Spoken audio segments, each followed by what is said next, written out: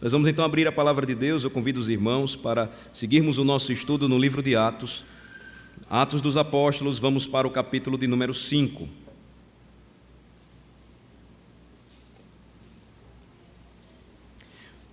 Dos versículos de 17 a 32, nós prosseguimos estudando, continuamos estudando o livro de Atos dos Apóstolos, e o que é que nós vemos, o que aprendemos? Aprendemos que a oposição que a igreja sofre desde o princípio, ela não somente se manifestou internamente, nós vimos isso no início do capítulo 5 de Atos, no episódio da hipocrisia de Ananias e Safira, mas também nós notamos como esta perseguição, ela se manifesta de forma externa. Lembrem-se que não foi a primeira vez que os apóstolos compareceram ao Sinédrio para que dessem razão de sua fé, e sob ameaças eles foram exortados a abandonarem a pregação. Eles disseram que não podiam fazer isso, jamais, que não podiam tomar essa decisão. E aí agora nós voltamos e continuamos a leitura e chegamos no versículo 17 de Atos 5, e eu peço a atenção dos irmãos, porque nós estudamos com os nossos filhos em um acampamento sobre a lei de Deus e a sua relação com o homem de Deus. E com eles nós estudamos o 5º mandamento da lei de Deus, que nos diz: honra teu pai e tua mãe, para que se prolonguem os teus dias na terra que o Senhor teu Deus te dá. E eles foram ensinados, como a palavra diz, que a partir do respeito e da honra aos pais, o que envolve também cuidado, os filhos dos crentes são ensinados também a honrarem, a respeitarem todas as autoridades constituídas. Mas a pergunta que sempre vem é: até onde nós devemos obedecer às autoridades, porque elas foram constituídas por Deus?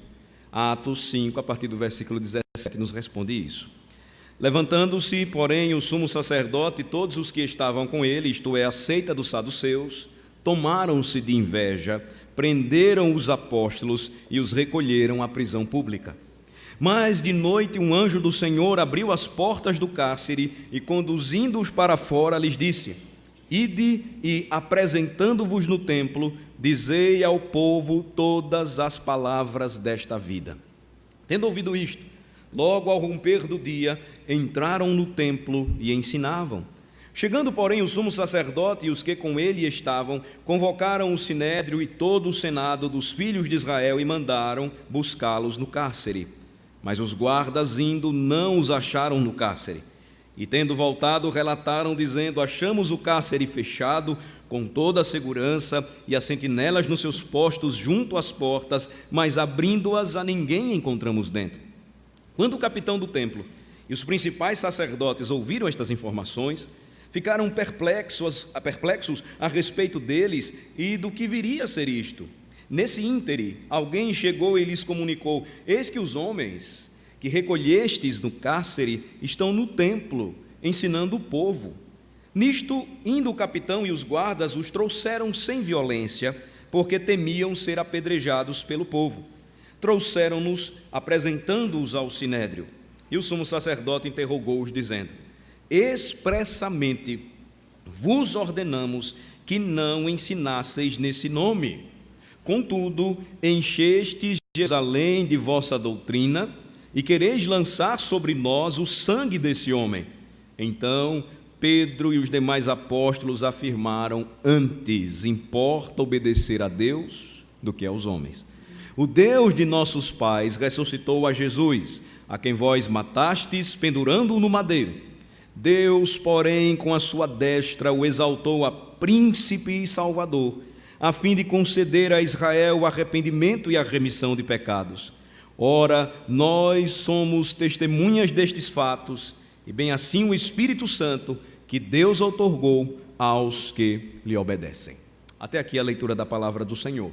Notem que na sequência, irmãos, do nosso estudo no livro de Atos, capítulo 5, mais uma vez, a oposição antiga, do antigo dragão, a serpente, chamada também do diabo ou Satanás, se levanta contra a semente santa, se levanta contra os seguidores e as testemunhas do Filho de Deus. Esta oposição ela surge quando o Senhor mesmo disse na queda, ou após a queda, em Gênesis 3,15, eu vou colocar inimizade entre você, Eva, e a serpente, entre a sua semente e a semente dela. Você vai gerar um que vai esmagar a cabeça da serpente, mas ela ferirá o calcanhar de sua semente. Não conseguindo então fazer com que Cristo fosse derrotado, porque ele triunfantemente ressuscitou ao terceiro dia, o que nós vemos mediante o livro de Atos, através do avanço da igreja, Satanás então continuaria tentando de todas as formas cumprir o seu propósito de não permitir que o evangelho avançasse. Apocalipse 12 relata isso de uma forma simbólica, quando o antigo dragão, a besta que emerge do mar, se levanta e tenta de todas as formas destruir a semente da mulher, o descendente da mulher. Tentou isso quando nasceu, tentou isso na morte e no assassinato dos bebês através de Herodes, tentou isso em toda a trajetória do Cristo, mas quando o Senhor Jesus Cristo triunfantemente ressuscitou, Satanás então contempla a sua derrota, porque já na cruz ele sabia que Cristo então o derrotara. Qual a reação então? Apocalipse 12 nos lembra que novamente esse antigo dragão se levanta e começa a perseguir a mulher que estava grávida. A imagem então é esta: aquela que é a filha, aquela que é a noiva, aquela que é serva do seu Senhor, que tem a importante tarefa de testemunhar o Evangelho, começa a seguir ou a sofrer perseguição. A linguagem então aqui, quando nós lemos o livro de Atos, se aplica perfeitamente. Olhem no versículo 17, levanta-se, porém, o sumo sacerdote e todos os que estavam com ele, os religiosos da época, e eles faziam parte de segmentos, eles faziam parte de movimentos religiosos dentro do judaísmo, que a seita dos saduceus, agora tomada de inveja, manda que os apóstolos fossem presos. Tomar-se de inveja aqui é ser tomado de fúria, indignação pelo avanço e o crescimento da igreja de Cristo nos dias apostólicos. Então, o que foi que eles mandaram fazer? Versículo 18, eles mandaram prender os apóstolos e os recolheram à prisão pública. Mas todas as vezes, não se esqueçam, irmãos amados, que a antiga serpente, ela tenta, perseguindo a igreja, evitar que o povo de Deus se espalhe, que a semente santa se espalhe sobre a terra, que a igreja do Senhor seja destruída, queimada, sufocada de todas as formas. Cristo se revela mais uma vez como um rei poderoso. O versículo 19 nos diz que de noite um anjo do Senhor abriu as portas do cárcere e tirou os apóstolos da cadeia pública. Mas de noite, diz o versículo 19, um anjo do Senhor abriu as portas do cárcere e, conduzindo-os para fora, lhes disse. Vamos ler o versículo 20. Ide e, apresentando-vos no templo, dizei ao povo todas as palavras desta vida. Mais uma vez é reafirmado o compromisso da igreja quanto à sua missão no mundo. Os apóstolos foram presos, e não por acusações fundamentadas, por envolvimento em escândalos políticos ou por escândalos de corrupção. Em nosso país isso é uma vergonha para o Evangelho, e é o que nós estamos vendo hoje. Não, os apóstolos foram presos de forma injusta, eles eram inocentes e eles estavam apenas cumprindo a ordem de Jesus: façam discípulos de todas as nações. Eles foram presos por pregar o Evangelho. Então, vem a reação do reino de trevas, eles são presos. Mas o que é que acontece? De noite, estes homens são libertos, são conduzidos para fora, e o anjo enviado pelo Senhor lhes entrega uma mensagem. Essa mensagem é clara: vão, e apresentando-se no templo, digam ao povo todas estas palavras todas as palavras desta vida. Em Atos 13 nós vamos encontrar a expressão palavras da salvação. É a mesma mensagem aqui. Digam mais uma vez para eles e preguem para eles a palavra da salvação, todas as palavras desta salvação, do que o Senhor tem feito em favor do seu povo, de que o Senhor triunfantemente ressuscitou, foi assunto aos céus, está à destra de Deus, de onde Ele governa toda a terra. Vejam que mensagem poderosa foi dada pelo anjo, mediante a libertação que estes homens estavam experimentando, e agora incentivados eles foram a continuar cumprindo a sua missão. Eles não são orientados a recuar, ordenados a retroceder, mas a mensagem continua sendo a mesma: avancem.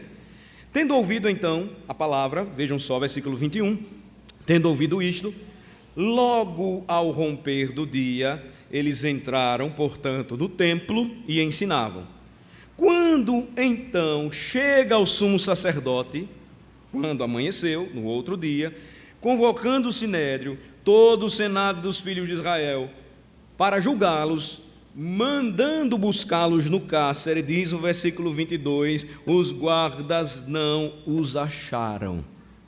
E tem mais. Eles voltaram para o sumo sacerdote, todo o sinédrio, e disseram o seguinte, relataram o seguinte, versículo 23, nós encontramos a cadeia fechada, com toda a segurança, os sentinelas estavam em seus postos, eles não dormiram, eles estavam junto às portas, mas quando eles abriram estas portas, ninguém estava lá dentro. A ninguém, versículo 23, encontramos dentro do cárcere. O capitão, então, versículo 24 diz, e os principais sacerdotes ouviram este relato e ficaram perplexos a respeito do que estava acontecendo. O que poderia ser isto? O que viria a ser isto? Que situação é esta? Na realidade, diante dos seus olhos, eles estavam mais uma vez negando a realidade de que aquele que fez mortos ressuscitarem, cegos enxergarem, surdos ouvirem, paralíticos andarem, acalmou tempestade, andou sobre as ondas, é o rei de toda a terra, é o salvador de seu povo. Eles não estavam enxergando ainda que pudessem ver. Então, com base nisso, diz o versículo 25, nesse íntere, alguém então comunicou o que os apóstolos estavam fazendo. Eles não eram criminosos. O criminoso foge da cadeia e vai se esconder. O criminoso foge da cadeia pública e ele vai procurar um lugar onde ninguém o possa achar. Mas aí no versículo de número 25, alguém chega e comunica o seguinte: sabe aqueles homens que foram presos, recolhidos no cárcere? Vocês lembram deles? Eles estão no templo novamente, ensinando para o povo. Eles voltaram para lá. Sabe aquela reação de teimosia que muitas vezes acontece com um filho, quando nós mandamos, não faça isso e ele faz? Só que aqui agora de uma forma correta. Eles estavam sendo teimosos e insistentes em obedecer, não desobedecer ao Senhor. E aí a reação do capitão e dos guardas foi a seguinte, versículo 26.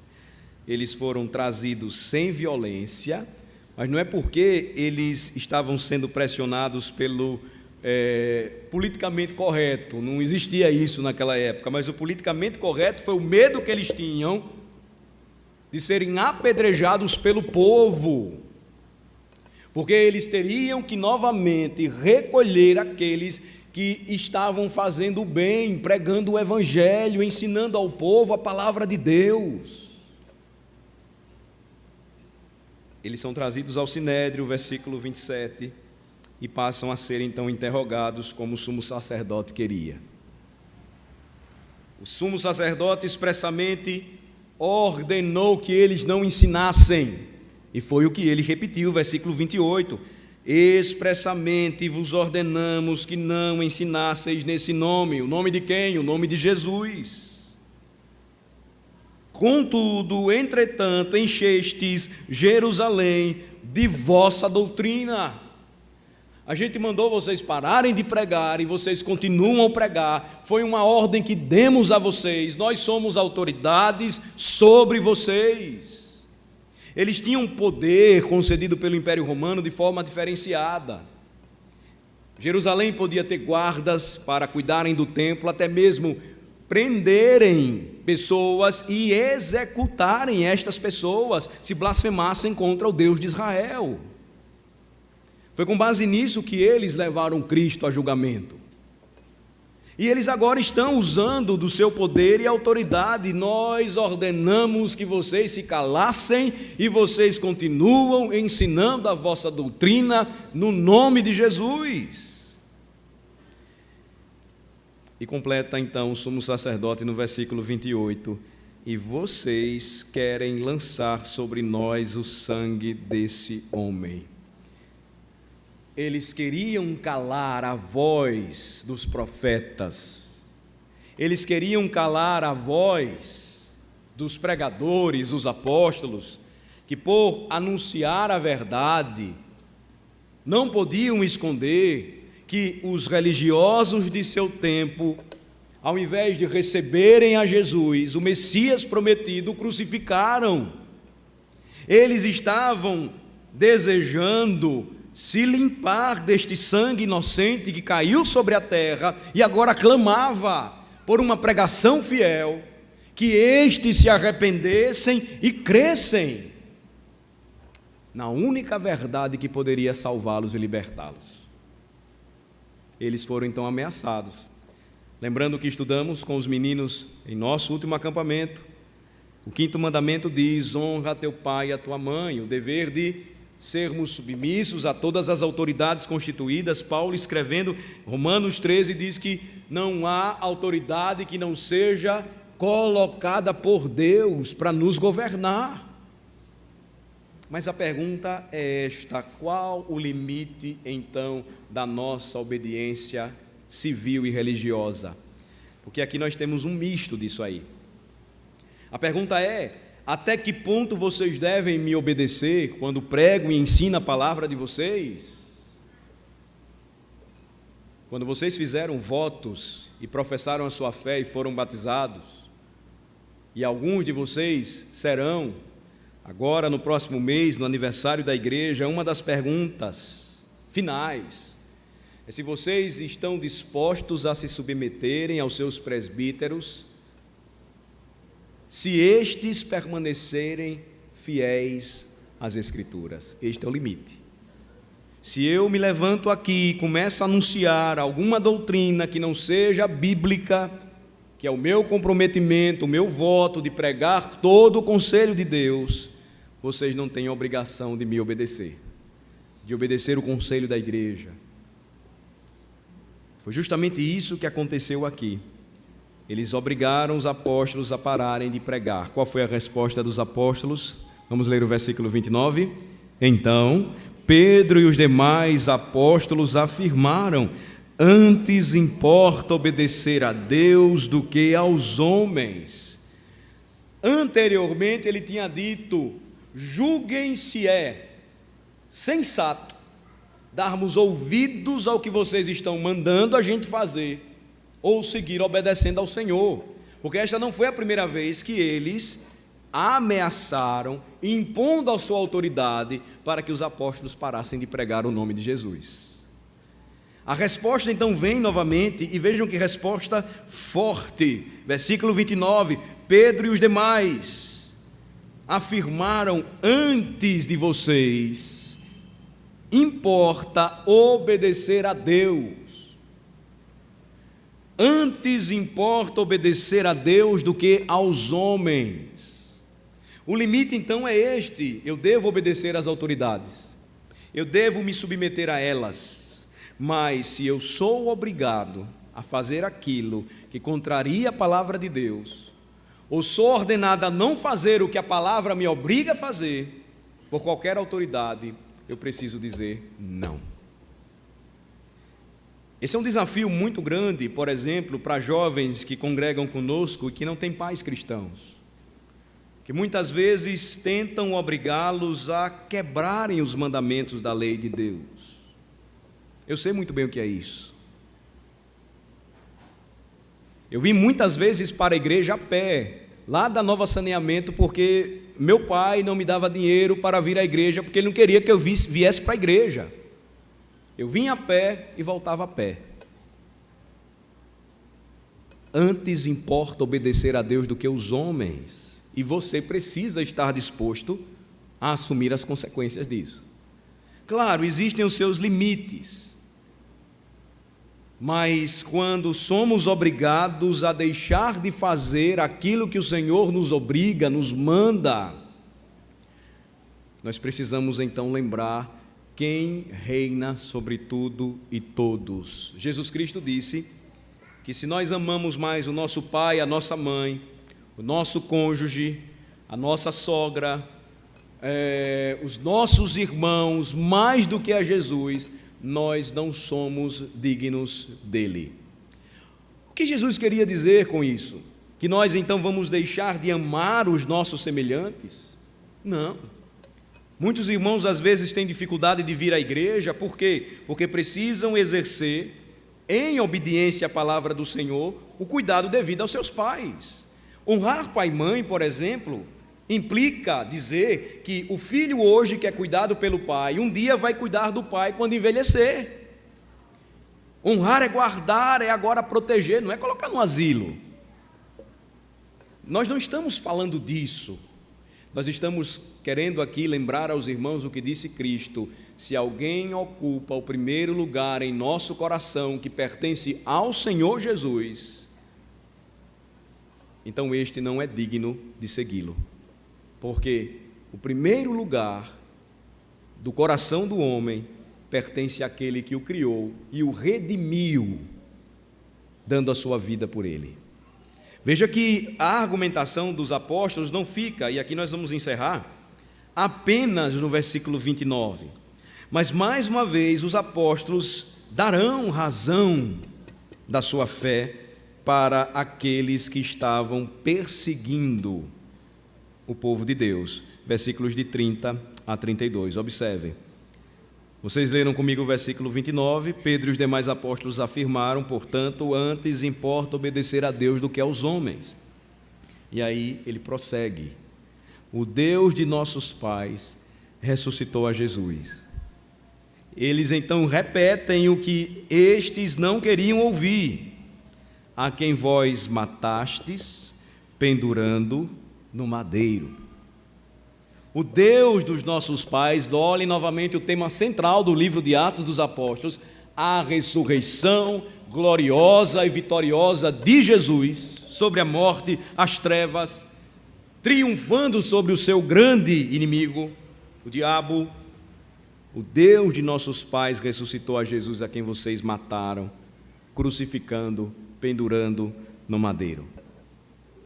E aí agora ele vai apresentar o testemunho daquilo que a Bíblia diz a respeito do Senhor. Os religiosos dos dias apostólicos conheciam a palavra. Eles conheciam Isaías 9. Eles sabiam a mensagem a respeito do Messias. Vamos em Isaías 9, por favor, verifiquemos, vamos lembrar a antiga profecia. Isaías capítulo 9,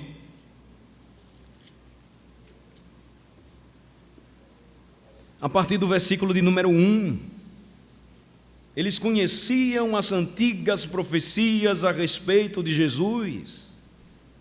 Isaías 9, a partir do primeiro versículo, mas para a terra que estava aflita não continuará a obscuridade. Deus, nos primeiros tempos, tornou desprezível a terra de Zebulon e a terra de Naftali, mas nos últimos tornará glorioso o caminho do mar, além do Jordão, Galileia do Gentio. O povo que andava em trevas viu grande luz, e aos que viviam na região da sombra da morte, resplandeceu-lhes a luz. Tens multiplicado este povo, a alegria lhe aumentaste. Alegram-se eles diante de ti, como se alegram na ceifa e como exultam quando repartem os despojos, porque tu quebraste o jugo que pesava sobre eles. A vara que lhes feria os ombros e o cetro do seu opressor, como nos dias dos midianitas. Ele viria para libertar o homem de seus pecados, do jugo da morte, do reino de trevas, transportando para o seu maravilhoso reino de amor. Versículo 5: porque toda bota com que anda o guerreiro no tumulto da batalha, e toda veste revolvida em sangue serão queimadas, servirão de pasto ao fogo. E então nós temos os versículos 6 e 7. Vamos ler? Porque um menino nos nasceu, um filho se nos deu, o governo está sobre os seus ombros, e o seu nome será Maravilhoso Conselheiro, Deus Forte, Pai da Eternidade, Príncipe da Paz, para que se aumente o seu governo e venha paz sem fim sobre o trono de Davi e sobre o seu reino, para o estabelecer e o firmar mediante o juízo e a justiça, desde agora e para sempre. O zelo do Senhor dos Exércitos fará isto. As profecias antigas falavam a respeito de Jesus. Mas os religiosos de seu tempo o mataram, o crucificaram, derramaram seu sangue. Mas nada fugia do propósito de Deus, ele precisava ser morto, crucificado no lugar do seu povo, morrer por seus eleitos, por seus filhos, trazer a paz para a sua igreja. Isaías anunciava que o governo do mundo estaria sobre os ombros de um único homem. Aqui está, irmãos, o fundamento porque antes importa obedecer a Deus do que aos homens. Sabem por quê? Porque quando vocês voltam comigo para Atos capítulo 5, no versículo 31, Pedro então afirma: Deus, porém, com a sua destra o exaltou a príncipe e salvador, a fim de conceder a Israel o arrependimento e a remissão de pecados. Nós não podemos nos calar. Esta é a mensagem a ser pregada. O Israel de Deus estava sendo conquistado. O verdadeiro israelita não seria aquele de sangue, mas aquele que fosse selado pelo Espírito da promessa, porque seria redimido e salvo pela palavra desta vida do Príncipe da Paz, o Senhor Jesus Cristo. O que o Pai fez com ele, com a sua mão poderosa, o exaltou a príncipe e salvador de seu povo, a fim de conceder o arrependimento e o perdão de seus pecados. Os apóstolos então concluem dizendo, versículo 32, ora, nós somos testemunhas destes fatos. E bem assim, o Espírito Santo que Deus outorgou aos que lhe obedecem. A todos os que creem no nome de Jesus, Ele concede o poder de serem feitos filhos de Deus, outorgando-lhes o seu Espírito. Este Espírito testifica com o Espírito deles que são filhos de Deus. Estes, portanto, se tornam suas testemunhas, não podem se calar. As testemunhas mais próximas, oculares, que viram os fatos, ali estavam.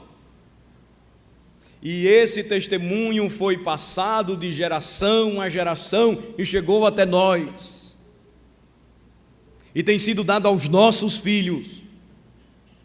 E é a mesma mensagem que precisa ser anunciada para o mundo, ainda que soframos oposição e perseguição. No Brasil ainda temos muita liberdade para pregar o Evangelho, mas uma vez que a igreja se levanta contra os valores defendidos pelo mundo do nosso tempo, podemos esperar que a perseguição venha de fato. O que faremos? Nos calaremos? Vamos nos esconder, ou se presos formos quando soltos, vamos deixar de falar? Como cristãos, nós temos as nossas obrigações para com os governos constituídos por Deus, respeitando as leis, pagando os nossos impostos, fazendo o bem. Existe melhor influência para uma sociedade do que a multiplicação de igrejas sérias, repito, sérias, não estas que tiram dinheiro do povo e que distorcem o Evangelho e que desobedecem a palavra do Senhor. Eu falo de igrejas que não buscam ganho próprio, lucrar com as ovelhas do Senhor, mas que têm por objetivo único proclamar para o mundo quem governa as nações, quem reina sobre os reis, quem os coloca e os retira. A Ele precisamos obedecer antes de todos aqueles que Ele mesmo coloca e tira quando quer.